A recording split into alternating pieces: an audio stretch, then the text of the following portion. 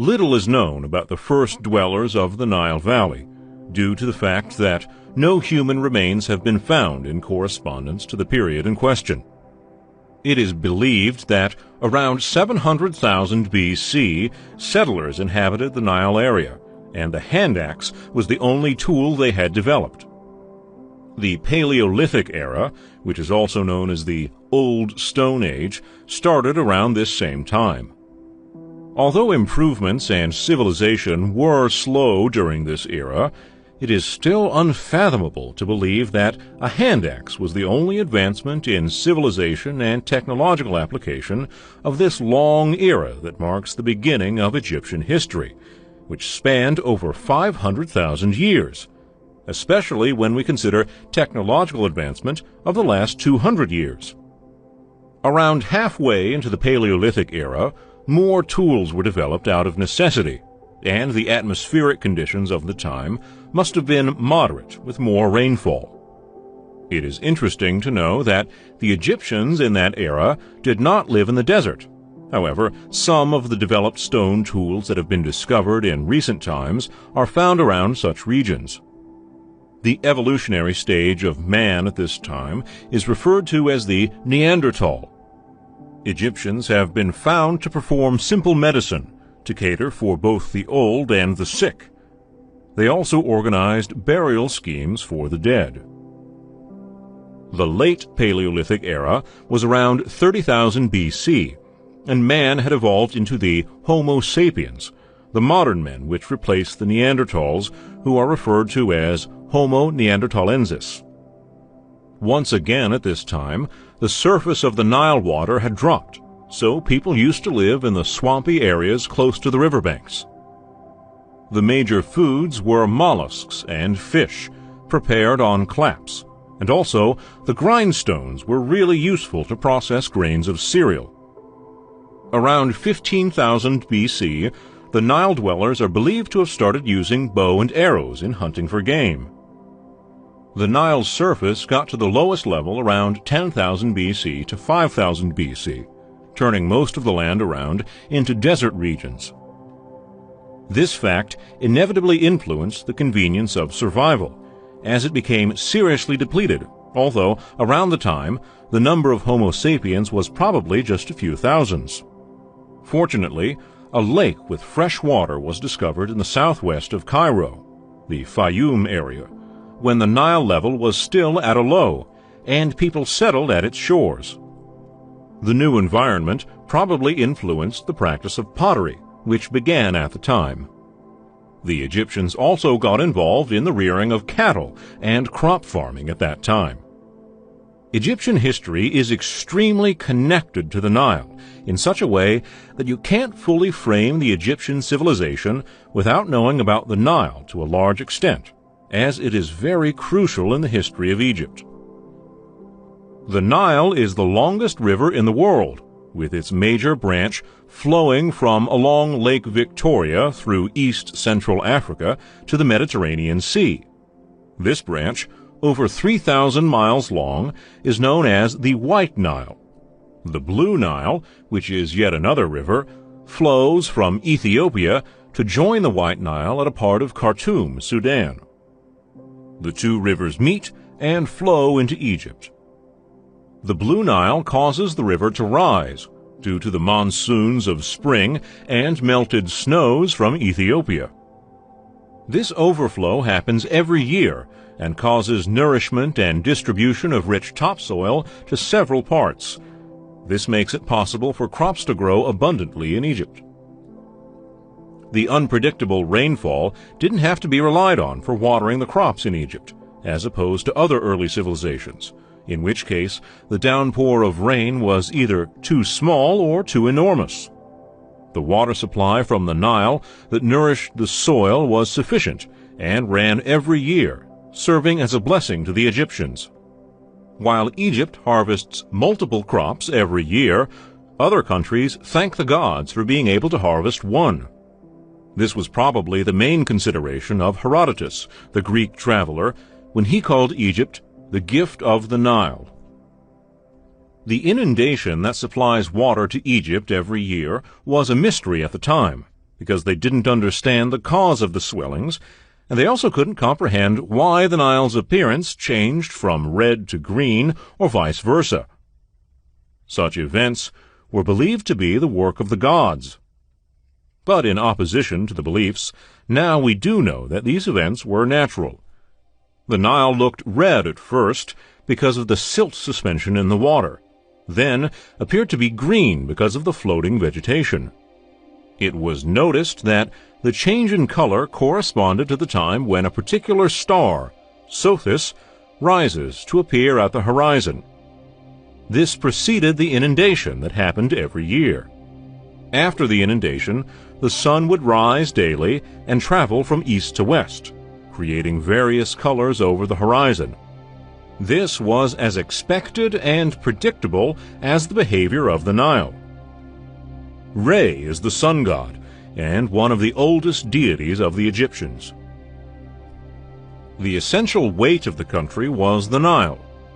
Despite the enormous populace of Egypt, most of the population made the banks of the river their abode. The Nile was the center of life in Egypt at the time, as the yearly seasons were measured using it.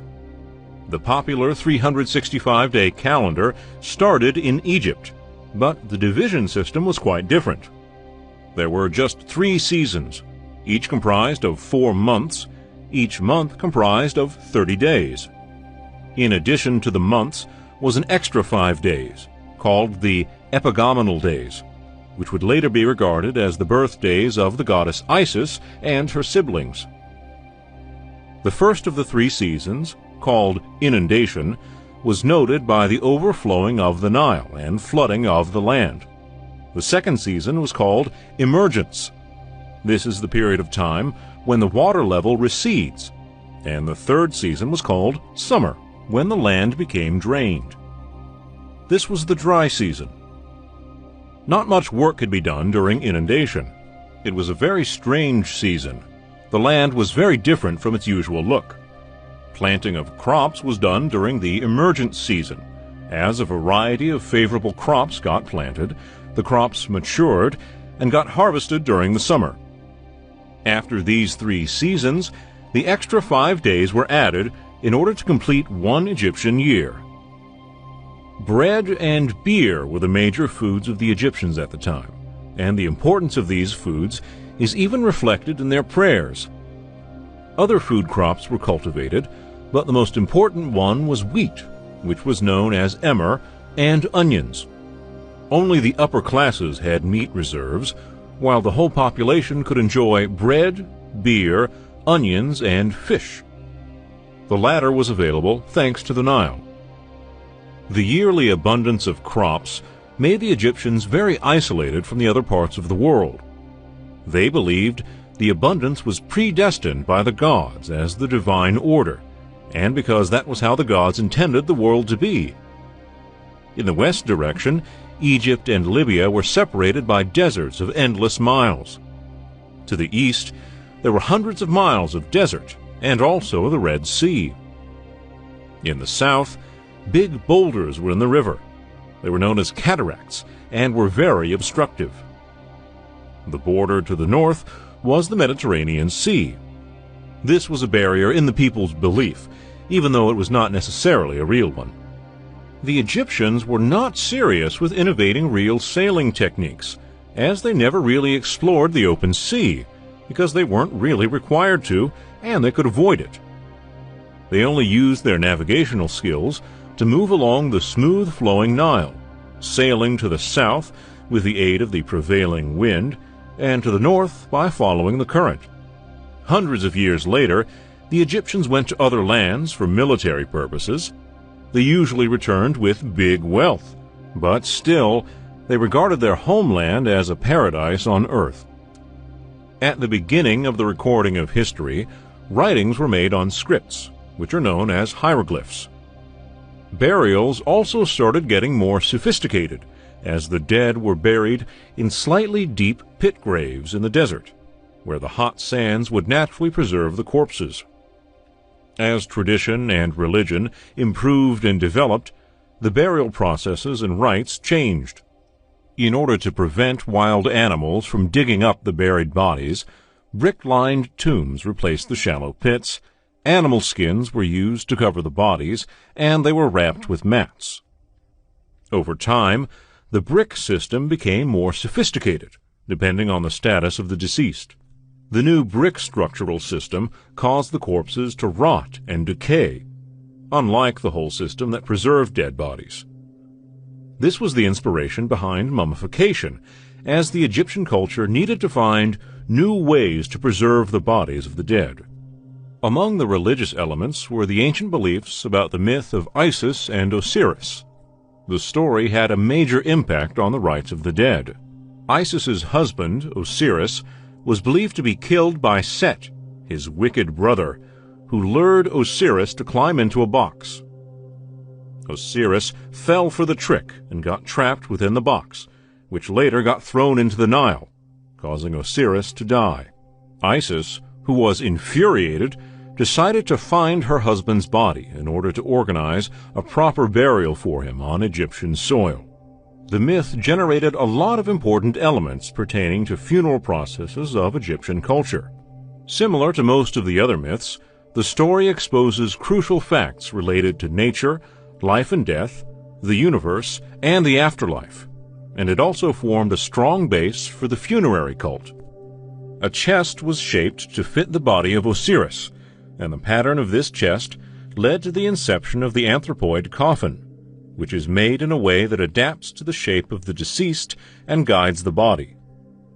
The uneasy endeavors of Isis to find the body of her husband and make sure it was complete and ready for burial rites emphasizes the weight and importance of a proper funeral in Egyptian soil. It was not a thing to be held with levity.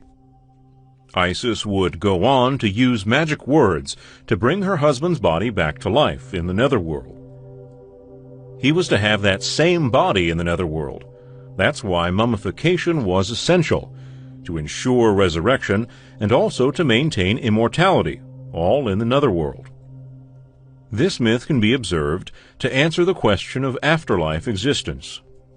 The Egyptians failed to clearly differentiate between their religion and mythology and even philosophy, to the extent that it got intertwined and it became almost impossible to accurately separate one from the other. Despite the lack of obvious distinction between these various types of thinking, attempts to answer important questions about the afterlife, human nature, and the universe itself, the mythological system attempts to answer these questions by using stories about the gods, most of which are not meant to be taken literally. These myths are based around what is occasionally referred to as the primordial time, known as the time before time began, the time that precedes the use of calendars and clocks. In another manner, religion provides explanation to the same pattern of questions in a chronological sequence of time. For instance, the story of Moses and the Exodus presents Moses as a figure in history that actually existed in the world with respect to an actual period of time. In a like manner to mythology and religion, philosophy tries to provide answers about the universe, but unlike religion, which works only with faith, or mythology that is meant to have indirect meanings, proofs are required in philosophy. Despite the complicated religious practices and culturally strong mythology, it is highly questionable if the early Egyptians actually engaged in philosophical ways of thinking. No papyri or texts that had philosophical backbones were found on the walls of temples, and no philosophical arguments were reasonably presented. Focusing on the mythological concepts that revolve around the universe is natural, and the myths even intersect with religion, because the stories are mostly about the gods, which is inevitable from a religious standpoint. Another issue with mythology is that different myths can give different answers to the same questions. For instance, the account of creation told in Heliopolis is different from the one told in Memphis. Various versions tend to go against each other and even compete, but in a case similar to the creation stories, most people reject both versions and they prefer just to stick to their hometown's version. These are reasons why a lot of people see the whole mythology as a means of entertainment and nothing to be taken seriously. They believe that, despite the fact that we can learn some morals and positivity from the myths, we should not base our lives on them. 1.2 Origins of Mythology from Egypt. Most of the sources of mythology are very ancient. We still have preserved papyri and various mythological texts that portray tales about the gods, such as the story about Horus and Set, which is one of the classics showing the tug-of-war between evil and good. Tomb walls also show instructions on how to aid the dead in conquering the hazardous transition to the world of the afterlife. Various books attempted to give instructions about the afterlife, and these are parts of the Book of the Dead. But each book has contradictory beliefs about death and the afterlife. For instance, in the Book of Gates, the followers of Osiris see him as the overall god that decides the fate of the dead, whether a soul is to go out of existence or be allowed to benefit from resurrection. The walls of the temples explain the attributes of each god and how they relate with human beings. Sometimes, sources are even smaller than temples or tombs. Take the Metternich stela, for example. It's a round, flat stone that narrates the story of the perils of Isis when her baby son Horus suffered a scorpion bite. Greek writers in later times also influenced Egyptian mythology greatly, because a lot of them were highly intrigued by Egypt, and some even traveled to Egypt in the process. Herodotus is an example. He wrote a lot about Egyptians in the Histories. People like Plutarch even went deep, providing the most complete tale of the fate of Isis and Osiris in his writing called De Isidé et Osiride. 1.3 Pronunciations of the gods' names. There are no standards to follow for how to write or pronounce ancient Egyptian names, and this factor alone would prove to be a source of confusion, also questioning the credibility of the myths. The pharaoh who is responsible for the Great Pyramid is sometimes called Khufu, which is the direct transliteration of the Egyptian name found in the hieroglyphs. In other cases, he was called Cheops, which is a Greek expression for the pharaoh. This form of conundrum is even evident between the Egyptologists. For example, they don't have any agreement on the pronunciation of the nomenclature of some kings. The pharaoh of the Middle Kingdom was sometimes referred to as Senwesret, the ancient word from Egypt. Others referred to him as Sesostris, a Greek version of the king's name. Similar issues exist with regard to the names of the gods. Indeed, the god of the dead is usually called Osir by the ancient Egyptians, but the Greeks included the is at the end to make it Osiris, which is the nomenclature with the most accepted and commonly used version today. This difficulty is not only due to the glitches that existed between the Greek and Egyptian languages. Other factors came into play, such as the complexity in the way the Egyptians wrote their language. This is a major determinant, as it appears their vowels were not indicated. It's like having NT as a word. This led to the confusion of whether we are talking about nut, or not, or net, or nit. Another big problem was with ancient Egyptian language. It was a dead language for a period of over 1,000 years, as no one spoke it. So most of the interpretations are based on reconstructions that attempted to decipher how the language might have been used phonetically. In 1822, the hieroglyphs code was cracked, but before then, there were great debates among scholars about the transliterations and interpretations of the records inscribed on the papyri and temple walls. A lot of speculations were developed from the belief that the contents appeared mystically or were related to magic when their nature was examined. Such beliefs were not completely wrong, especially when we look at the meaning of the word hieroglyphs itself. The term was coined by the Greeks when they first came to Egypt. Hieroglyphs means sacred carvings, and this was due to the fact that only the priests could read the inscriptions at the time, and the demise of the last priest eventually led to the death of the language. A lot of attempts were made to crack the hieroglyphs code, but all failed because they were based on the premise that the language was purely pictorial writing. For instance, the image of a hand meant a hand, or the picture of a finger meant a finger within the text and what it portrays. This tradition was continued by the scholars of the medieval age until the 18th century, when modern scholars of the linguistic field started suggesting that the hieroglyphs were not actually mere pictograms, but they also denote actual sounds with real phonetic and meaningful insinuations.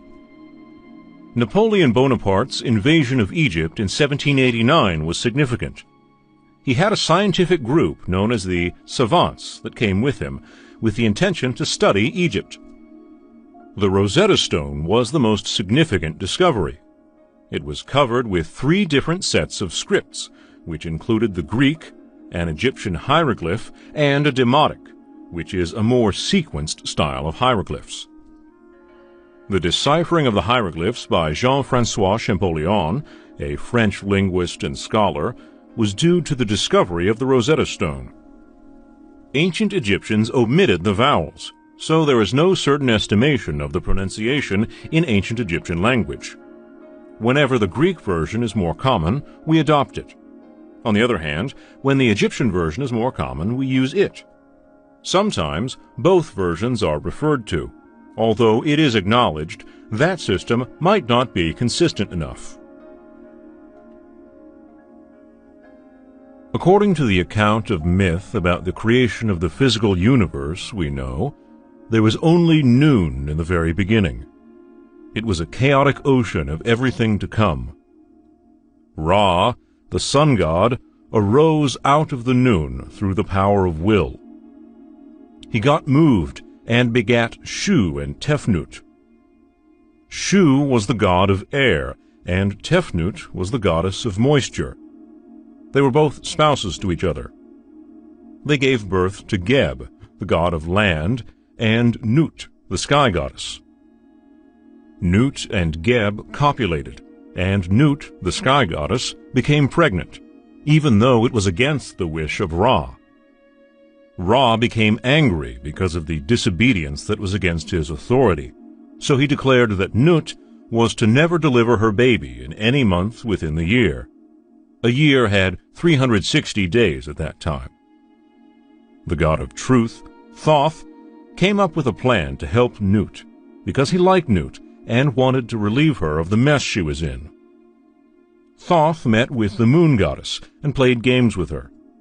He was able to win a part of the annual illumination, 1/7 to be specific, and that was equivalent to 5 days. Thoth gave the extra 5 days to Nut, so that she could be delivered of her pregnancy. Nut and Geb had 5 children, named Osiris, Isis, Horus, the elder, Nephthys, and Set. Osiris was the eldest, and he became the generous ruler of early Egypt. He was the king, and Isis became his wife. Horus, also known as Apollo to some, was later to be the son of Isis and Osiris, because he was actually conceived while they were still within the womb of the sky goddess. On the 3rd day, out of the 5 days, Set was born. He was the god of evil, death, and darkness. He wasn't born normally, because he busted out from the side of his mother. Other traditions believed Set and Nephthys were delivered not by Nut, but through Geb. Set was also known as Typho, in a like manner to Typhon, a monster serpent from Greek. Set gets represented with a serpent sometimes. He is said to have red hair, and it was also believed that the barren land of Egypt was ruled by him. The 4th child was Isis, and she is the mother of Horus, and also a wife to Osiris. Some versions believe that Isis was born through the god of truth, Thoth. Nephthys was the last child, the 5th, and she became associated with Isis. Although she was the wife of Set, she was in a relationship with Osiris, and Anubis was born, represented as the dog-headed god that leads dead souls through the underworld. The first royal family of ancient Egypt, according to mythology, is the family of Osiris and Isis. They were very conscious, and they invented the art of cultivation. They educated the population about crop planting and harvesting in respect to the annual water supply from the Nile. They also introduced the language, and they created the laws for the people to live by. Cultivation, commerce, and trading were promoted by them. They also taught the worship of the gods to their subjects. Everything went well, except for a particular year when Osiris went to visit the other nearby lands, and while he was away, Set, his evil brother, made a plot against the king, and the bad queen of Ethiopia supported his plan, along with 72 other enemies of Osiris. Set had created a coffin that was lined with lead to fit the exact size of Osiris's body. There were celebrations upon the return of Osiris, and after the banquet, Set declared that anyone who fits perfectly into the beautiful chest can have it. After everybody had tried, Osiris was the last. He entered and was a perfect fit immediately. Set and his accomplices closed the lid. They took the chest and threw it into the Nile River. Some historians believe that these events occurred at the 28th year of Osiris's reign. Others believe it was during the 28th year of his life. All this went down on the 17th day of the month known as Ophir, a time when the Scorpion sign experiences the passing of the sun. This report of the time of occurrences is rejected by some. The coffin was directed down the stream of water, and the waves took it farther away to the coast of Byblos.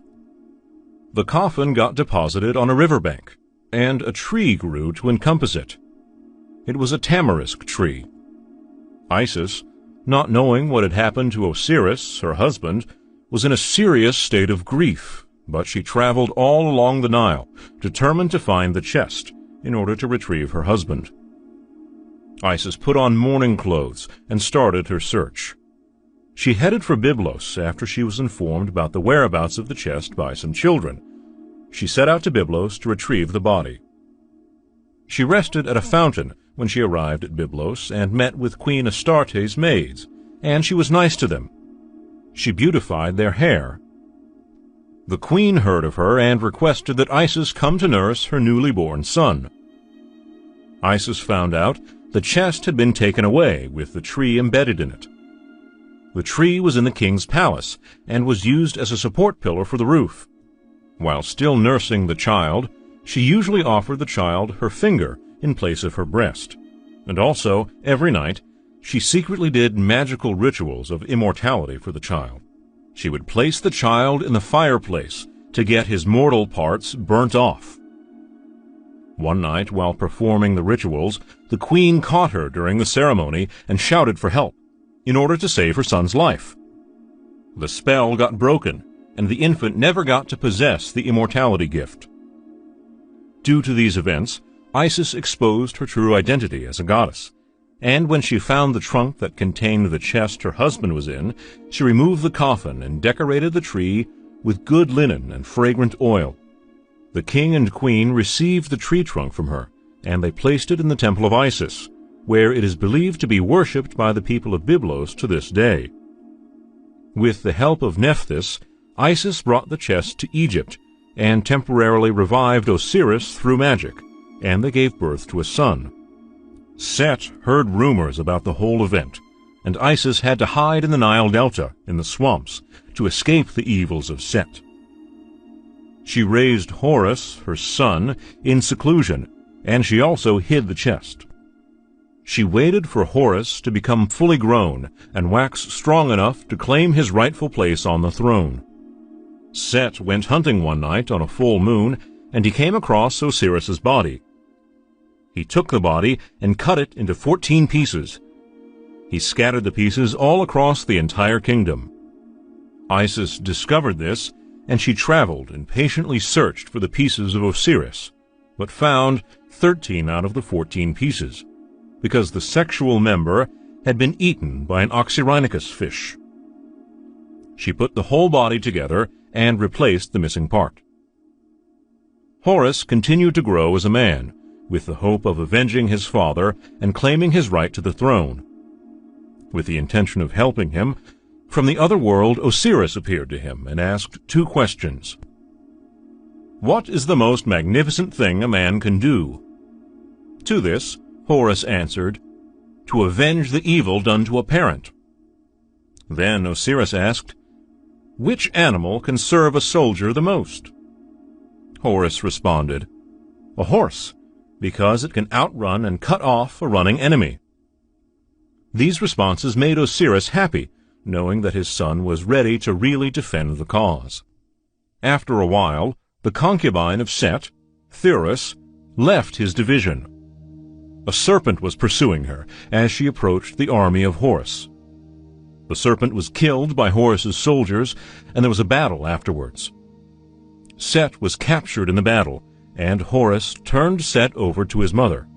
But Set deceptively convinced the forgiving Isis to release him. Horus got furious when he discovered what his mother had done. He got so angry that he tore off the royal symbol from the headdress of Isis. The great Thoth replaced it with another one from Hathor, the cow goddess. Despite his play of deceit, Set made a public accusation against Horus, charging him of illegitimacy in the Council of the Gods. But the final verdict was in favor of Horus. For years, the altercation continued between Horus and Set. Most attempts to have an agreed judgment failed, because none of them really had the support of a considerable number of gods. During one of their brawls, Set plucked out one of Horus's eyes and threw it away. Isis later retrieved the eye, and Horus also ripped off one of the testicles of Set. There was a pivotal moment where Thoth and Ra fully clarified the issues for the 2 parties. Thoth said, how can the throne be given to the mother's brother when Osiris has a son? On the other hand, Ra, the ram of Mendes, stated, should the throne be given to a child when his elder relative is available? Finally, Set lost the throne to Horus, and Thoth restored Horus's eye as the Wedjat eye. The lunar became a symbol of illumination and wisdom. But Horus gave up his newly restored eye to Osiris, a sacrifice to make Osiris cured. Osiris was made the lord of the underground, and there was peace once again in the land of Egypt. Towards the ending of ancient Egypt, not too long before the Persians conquered the country, Egypt was ruled by a pharaoh known as Amasis. In an attempt to fortify the nation against the serious invasion threats by Cyrus of Persia, who went on a march to conquer the whole world, Amasis embraced many Greeks, inviting them to live and trade in Egypt as much as possible, to the extent that the pharaoh even gave them the whole city of Naucratis to themselves. Near the edge of the Nile that ran into the sea at Canopus, in Naucratis, a wealthy businessman known as Charaxos was living there. His sister was the popular poetess Sappho, and they hailed from the island of Lesbos. Most of his life was spent trading with Egypt, and he settled at Naucratis at his old age. Around the slave trade part of the market, a crowd was gathered, and out of curiosity, he struggled his way into the crowd and discovered that people were looking at a pretty girl who was up for sale. Judging from her white skin and cheeks like bright roses, she was obviously of Greek descent. She caught the attention of Charaxos. He had never been captivated by anybody in such a way before. Due to the fact that Charaxos was a very wealthy man, he was determined to have the girl. When the bidding began, he didn't have much difficulty. He was able to buy her. After the trade, he found out that the girl's name was Rhodopis, and that she was from the north of Greece, but had been taken away by pirates when she was still a child. She said that she was sold to a wealthy man who used slaves for work on the island of Samos. That was where she grew up. There was a small, ugly man called Aesop. They were both slaves, but the man was always nice to her. He told her various stories about different creatures and humans. Now that she was all grown up to become the beautiful girl she was, the master wanted to make some money. So he decided to sell her by sending her to Naucratis to be sold, because the city was a rich one. Charaxos listened to her story and felt pity for the girl. He became quite close with her. He provided a good house for her. She had a woman and even some slaves to her service. He even treated her like a daughter. He gave her beautiful clothes and magnificent jewels. She had a marble-edged pool in her garden. The garden was in a secret location. One day, while she was bathing in her pool, her slaves were guarding her jewels and holding her clothes and her rose-red slippers, which was her most prized possession that she was proud of. She was relaxed in the cool water, because the summer was very hot in northern Egypt, especially at noontimes. Everything was calm and peaceful until an eagle swooped down from the sky suddenly to attack the people at the pool. The slaves ran for their lives and dropped everything they were holding or protecting. They hid among the trees and flowers in the garden. Rhodopis rushed out of the pool and soon had her back against the marble fountains. She was at an end and was very scared while gazing with a terrified face. The eagle descended, but paid no attention to the people around. Instead, it went down immediately and took off with the rose-red slippers with its claw. Immediately, it soared high into the sky again on its wide wings, while still with the slipper. It flew over the Nile Valley to the south. Rhodopis became very sad because of the loss of her slipper. She wept sorely and was sober, knowing fairly well that she might never get her slipper back. Mostly sad because she never wanted to lose any gift Charaxos ever gave her. It seemed like the eagle was sent by the gods, probably by Horus himself. The bird was a sacred one. The bird flew over the Nile in the direction of Memphis and descended down towards the palace. Pharaoh Amasis was at the courtyard of the great palace, attending to the issues of justice and complaints. Then the eagle swooped down and dropped the rose-red slipper of Rhodopis into the lap of Pharaoh Amasis. It was a thing of surprise to both the people and also to the pharaoh, too. As soon as Amasis took the little slipper, it caught his attention, and he admired the carefully perfected craftsmanship that was invested in the slipper, and he also loved the tiny size of it. He felt a calm thought in his mind. The girl whose foot belongs to the slippers must certainly be one of the most adorable in the world, he thought to himself with a lot of certainty. It was because of this that the king made a decree, saying, "My messengers must go forth to all the boundaries of the kingdom, from the Delta to Upper Egypt.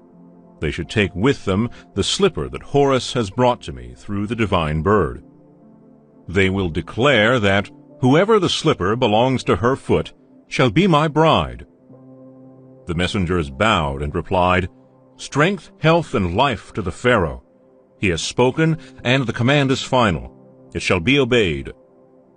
They moved from Memphis across Heliopolis, Tanis, and Canopus till they reached Naucratis, where they heard about Charaxos and how he bought Rhodopis from the slave market, and they also learnt how he lavished his wealth on her, as if she were a princess sent from the gods. So they journeyed straight to the huge house beside the Nile. Rhodopis was found beside the pool in the quiet garden.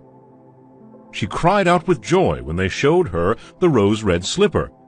She stretched out her leg to show them how well the slipper fits, and immediately sent one of her slaves to fetch the second slipper of the pair. She had kept it carefully in memory of the strange event of the eagle. Immediately, the messengers knew that she was the girl the pharaoh requested that they should find. They bowed in front of her and delivered the king's message to her. They said, "The great pharaoh Amasis, strength, health, and life be to him, seeks that you come to his palace at Memphis, where you shall be honored among the royal house of women. for he believes the eagle was divine and sent by Horus, son of Osiris and Isis, to bring the slipper so that he might search for you. Rhodopis said her goodbye to Charaxos, because such an order could not be disobeyed. Charaxos was happy for her good fortune, but was sad because she had to leave him and head for Memphis.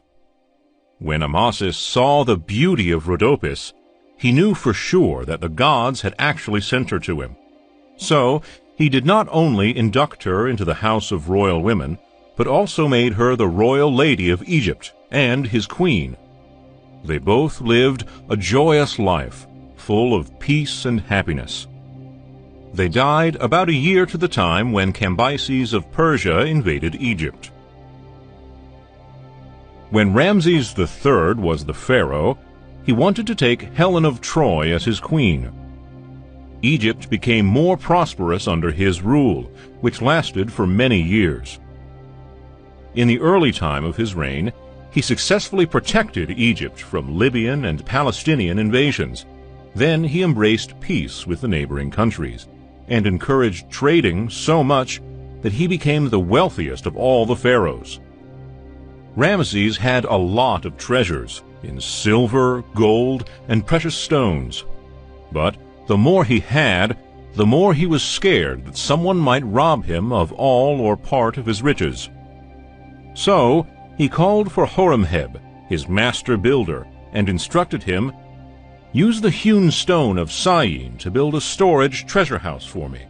Let the walls be so strong that no one can penetrate.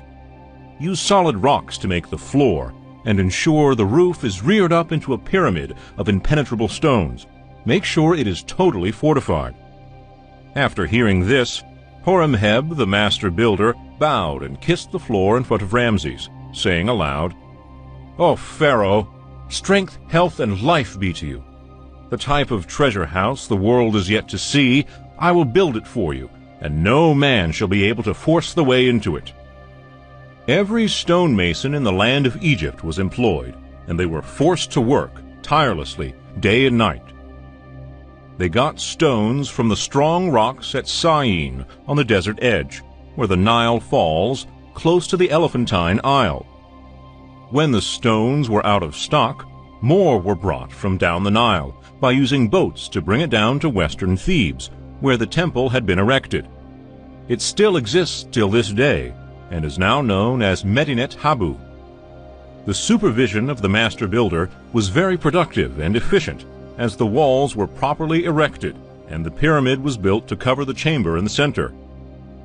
Sliding doors were made with heavy stones, bronze and iron, and the uncounted wealth of the pharaoh was stored inside the chamber, and the doors were locked, and they were secured with the pharaoh's seal.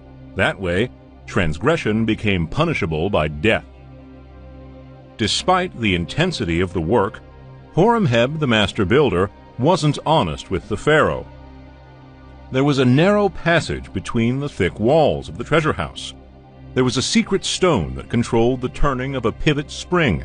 When activated, the walls look strong and firm, except for a part that will open if the person knew how to look out for the loophole. Horemheb was supposed to get an extra reward from the pharaoh for the well-done job, but because of the secret passage, he didn't feel like charging the pharaoh much. Very soon, a serious sickness fell upon him, and he died. Before he died, he told his two sons about the secret passage that led to the treasure house, and after his death, he was buried in an honorable rock chamber among the noble tombs in western Thebes. The two sons of Horemheb started to use their knowledge of the passage to their benefit, and the king started to realize that his beloved treasures were diminishing. Ramses didn't understand how the thieves got in, because the royal seals were intact. The pharaoh started becoming a miser, who frequently visited the treasure house to confirm the valuable contents. Yet, the treasures were diminishing. Pharaoh Ramses commanded that cleverly placed traps should be set near the containers where the treasures got stolen. The traps were set without anybody noticing, and when the two brothers came to the treasure house to steal more treasures, The first one to approach the chest got caught in the king's trap and couldn't escape. He reckoned that the best thing to do is for his brother to cut off his head. So the trapped man cried out, "Brother, I'm trapped already, and none of your tricks can save me from this trap. I'll probably die before the royal guards get here to take me to the Pharaoh. If not, he will torture me until I spill out the truth, and he'll kill me. If I live or die, the guards will recognize me and catch you too. Then they'll torture you to death, and probably arrest our mother too.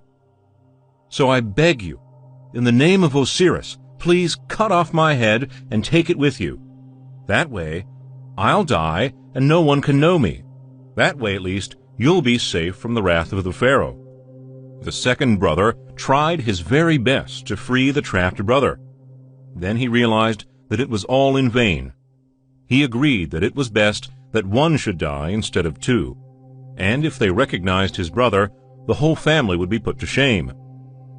He cut off his brother's head, and when back through the passage, he carefully closed the stone and buried the head of his brother. The next day, when the Pharaoh came to check his treasure chamber, he was surprised to see a headless, naked man caught in his trap. But there was no trace of the escape, and the king's seal was intact. The thief had been extremely careful, and the door had not been broken. Pharaoh Ramses was determined to catch the culprit behind the thefts. He was not pleased with the situation. So he hung the headless body near the palace and told the guards to look out for anyone that lamented or tried to take the body away for proper burial. When the mother saw what had been done, she felt sorry for her son, whose headless body was hung up and disgraced. She felt sad that the proper burial rites could not be performed. Therefore, his spirit couldn't find rest in the next life, or even face Osiris for judgment. His ghost will have to wander around the world forever. She told the living brother, "You have to get your brother's body for proper burial, or I will have to beg the king to consider his relationship with your father and release the body. If he learns about you being a thief and kills you, at least I'll be able to bury both of you with your father at the great tomb."